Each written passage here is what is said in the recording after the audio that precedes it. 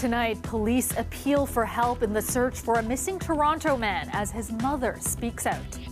We've basically, from the beginning, said that this is just not a regular occurrence.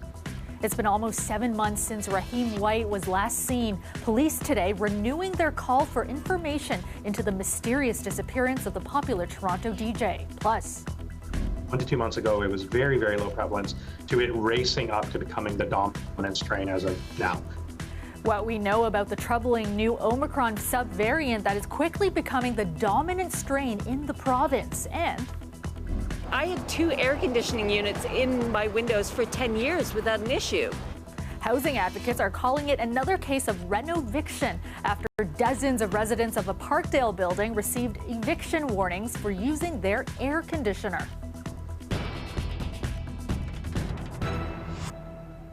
Good evening, I'm Kelda Yoon. We begin with some breaking political news tonight. The Ontario NDP Provincial Council has named longtime Toronto MPP Peter Tabuns as their interim leader. Now, Tabuns has served as the party's environment and energy critic and has been the MPP for Toronto Danforth since 2006, making him the second longest serving member of the NDP caucus after former leader Andrea Horwath.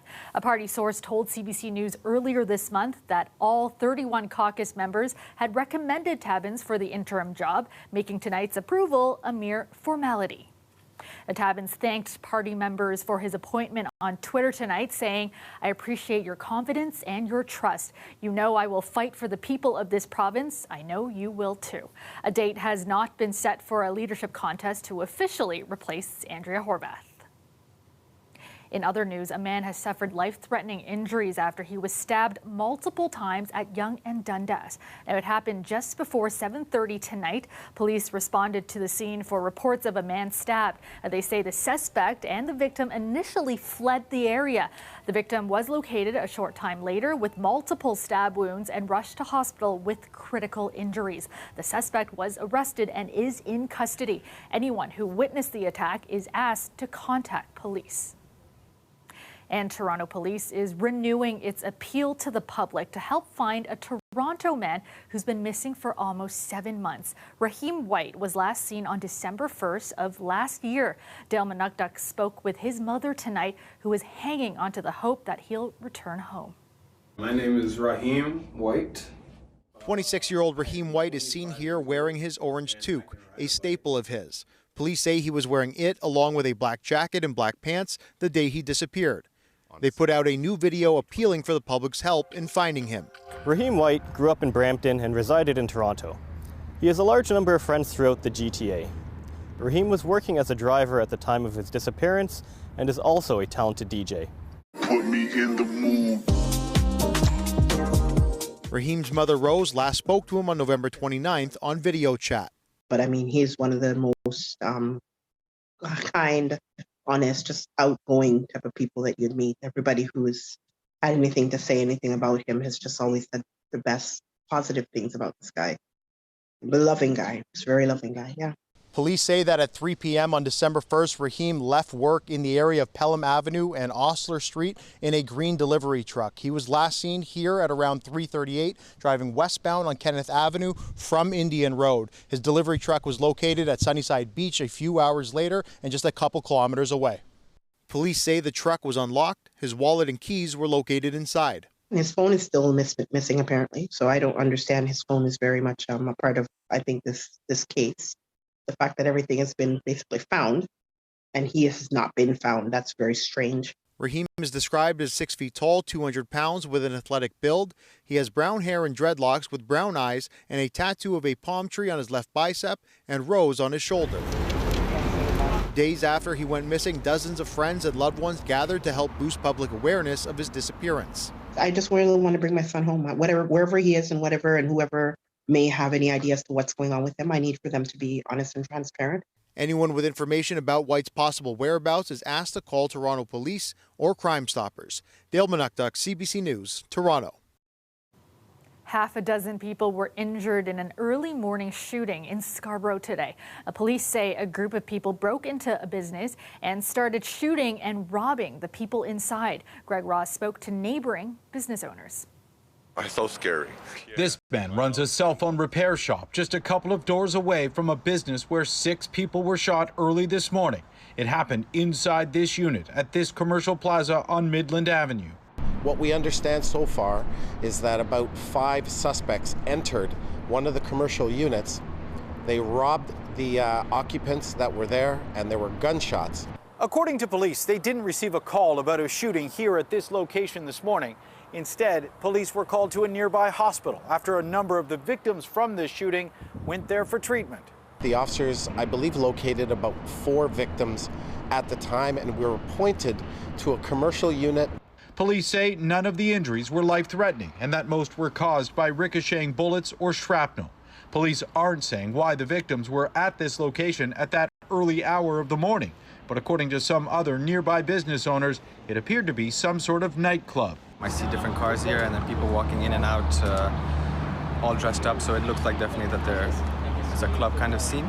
Most time late, after 1, 2 o'clock, nighttime.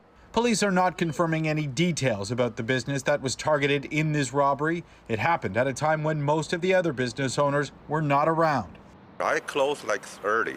At this point, police have not released any details about the suspects. They say they're still interviewing witnesses. Greg Ross, CBC News, Toronto. A new Omicron subvariant is becoming the dominant strain of COVID-19 in the province.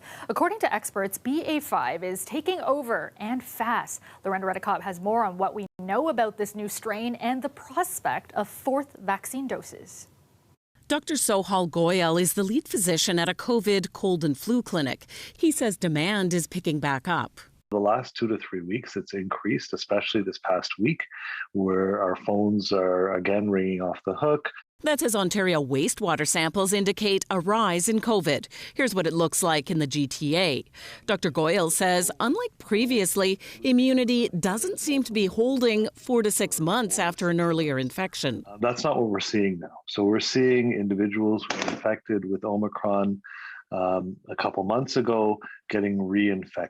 And what we believe is happening is that they're getting a new variant. According to the province's science advisory table, it's likely BA.5, the Omicron subvariant, that's to blame. Essentially, you had a version of the virus that went from very, very low prevalence just weeks ago, 1 to 2 months ago, it was very, very low prevalence, to it racing up to becoming the dominant strain as of now. He says making sure you have 3 doses of the vaccine is important to protect against hospitalization. There is still an enormous gap in the 3rd dose vaccine, which we know is conclusively very protective, very important against both infections and severe disease.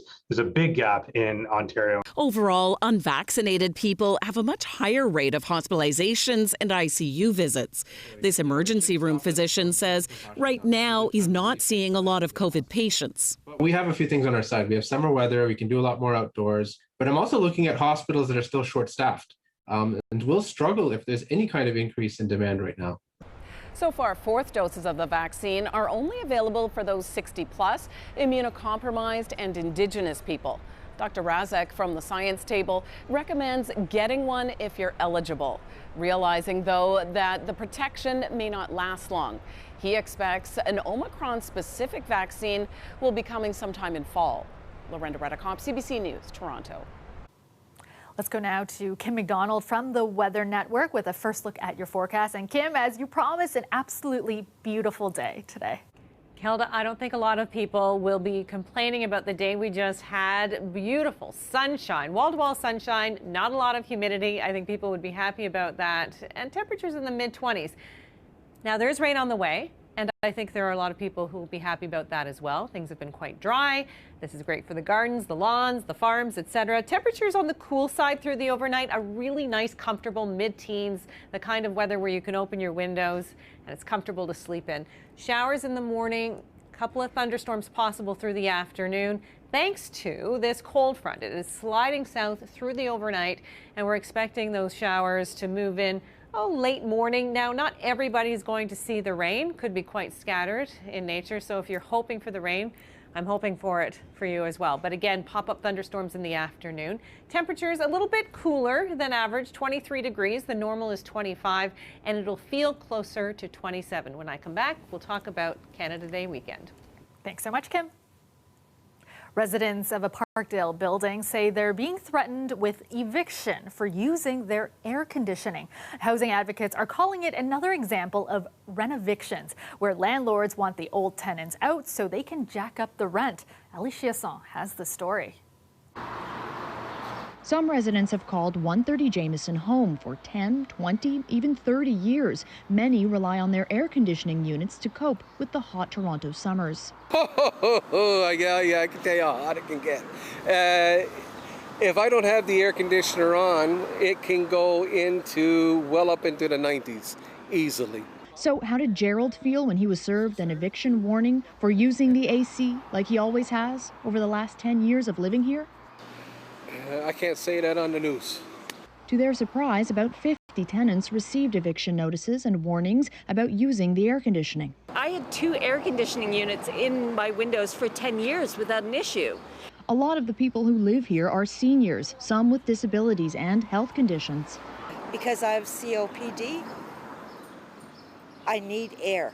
The management company says they do annual inspections and, quote, during that time, we note any deviations of what's allowable under that tenant's lease. This could include air conditioners and other additional appliances not included in the lease agreement.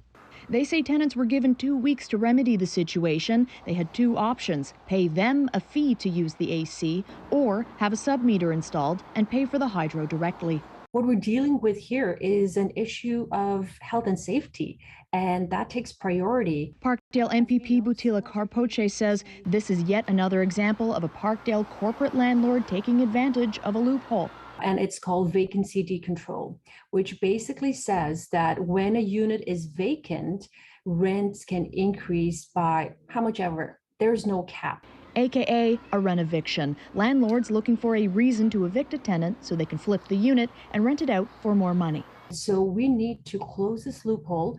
We need to ensure that rent is stabilized between tenants. I think this is the reason why we have a housing crisis in Toronto. Quite frankly, it's the greed and nothing less. Housing advocates are also calling for a legislated maximum temperature for how hot it can get inside of a building.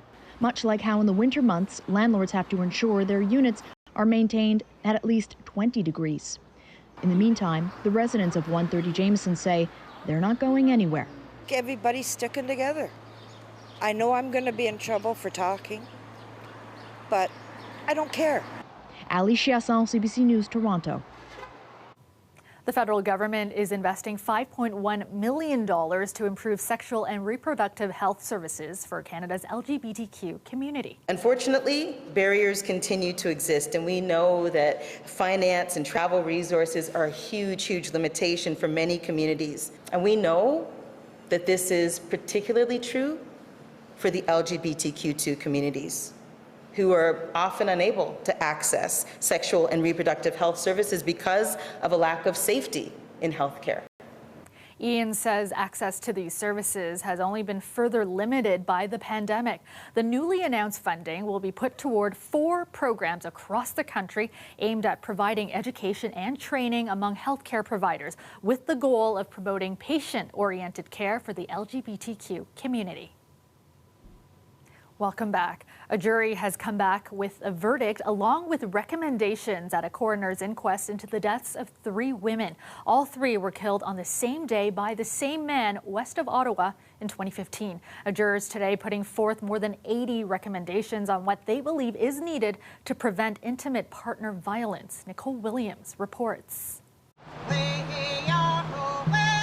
After 3 grueling weeks, Valerie Warmerdam joined a vigil for her mother and 2 others. The jury took an extensive look into the deaths of her mother, Natalie Warmerdam, Anastasia Kutzik, and Carol Culleton, all murdered on the same day in 2015 by the same man, Basil Barutsky. Valerie cross-examined almost every witness in the inquest. I'm here because I knew if there was anything I could do to add to this process to help get us solutions to this problem, I wanted to do it. I want change. Among 86 recommendations, the jury suggests $7,000 grants for survivors, a direct line of communication with probation officers, and education programs about intimate partner violence. But none are binding, so the jury also wants a new body to monitor the government's progress. This jury is screaming. They're screaming on behalf of all of us in this province, in this country, and around the world, when they say intimate partner violence is an epidemic and we must name it as such. The jury heard that systems meant to protect survivors consistently failed them. Barutsky repeatedly defied his probation order without consequence, despite a known history of gender-based violence. I don't think there's a general knowledge understanding as to how significant this issue is at all. At all.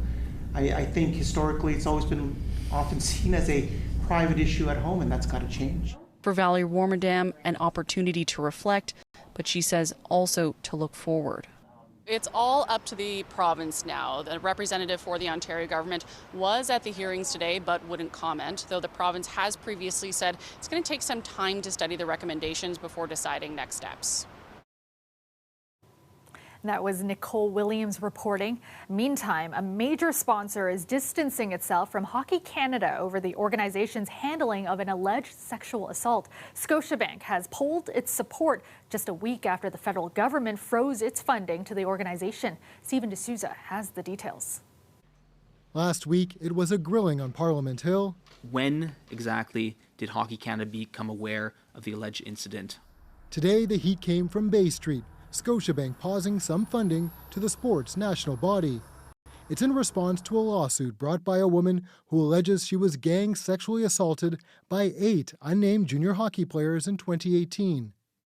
It was settled with Hockey Canada funds, but it's been revealed that few players participated in police or outside investigations. Scotiabank said it would shift money to smaller programs until we are confident the right steps are being taken to improve the culture within the sport, both on and off the ice. They've drawn the line in the sand, and I think it was an important and a bold move on their part today. Abuse survivor Sheldon Kennedy says hockey needs to address a host of issues.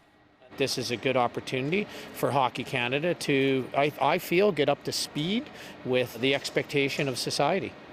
According to Hockey Canada, 27% of its funding comes from sponsorships, and already the domino effect has begun.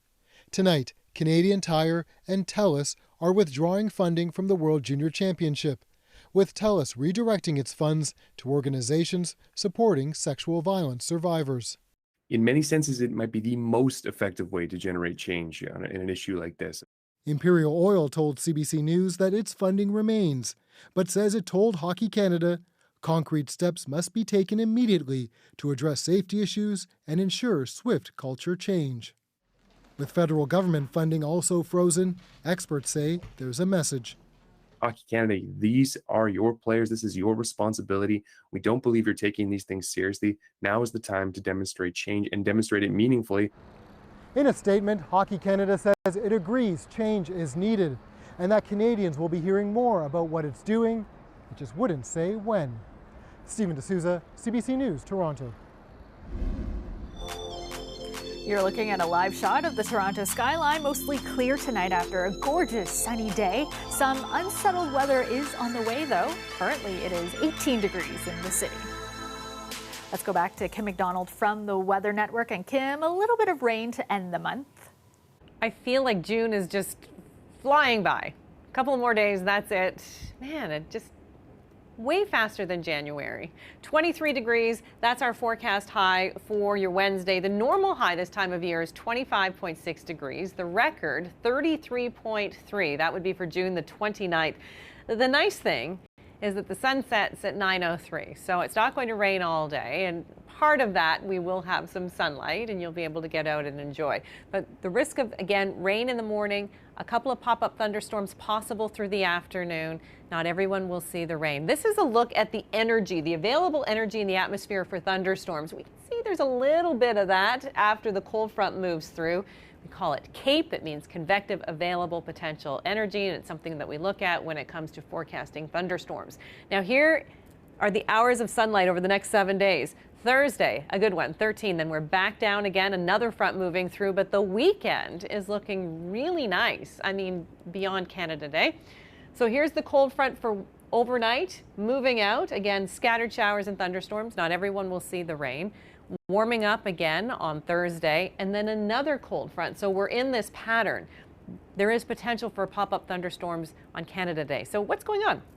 Low pressure sitting over Hudson Bay. A lot of cold air up here. To the south, subtropical air pushing up. And that's a clash of two air masses. And when we get that, we get a boundary. So that's where the active weather lines up. And that's why we see showers and thunderstorms this time of year. So there's the warm front. The humidity really pumping up on Friday as well. So if you're going to be outside, hydrate. There's the cold front moving through, and again, thunderstorms in the forecast. So on Friday, 30 will feel like 35, but we're going to cool down for the weekend, the first weekend of July. Looking pretty good. Awesome. Thanks so much, Kim. The Royal Agricultural Winter Fair will be back in person this November for its 100th anniversary after a 2-year hiatus. Now, in preparation for the big event, the fair has announced which animal will take the reins as its 2022 Royal Ambassador. Celebrating a century of champions this year at the Royal, and what better way to celebrate bigger and better than with the biggest ambassador we've ever had. There was some talks last year. We knew it was going to be a really big year, and so I was approached about it, and I thought, you know, with his ties to the fair and how much of a good representative he is, I thought that would be a perfect fit. That is Winston. The Royal Fair gifted him to Toronto Police in 1999. He's now the longest serving member of the Toronto Police Mounted Unit with 19 years of experience. Winston joins a long line of beloved Royal Ambassadors, including Turbo the Goat and Lil Ben the miniature horse. And finally tonight, it's public art on a very large scale. Now this is believed to be the tallest mural on the planet at about 95 meters in height. It's being added to a building in downtown Calgary as part of an annual street art festival in the city. It took about a week just to sketch the design on the wall, and the German artist behind the work has 3 assistants helping to get it done. And that is our show for you tonight. Thank you so much for watching. I'll see you back here tomorrow night at 11. Have a great night, everyone.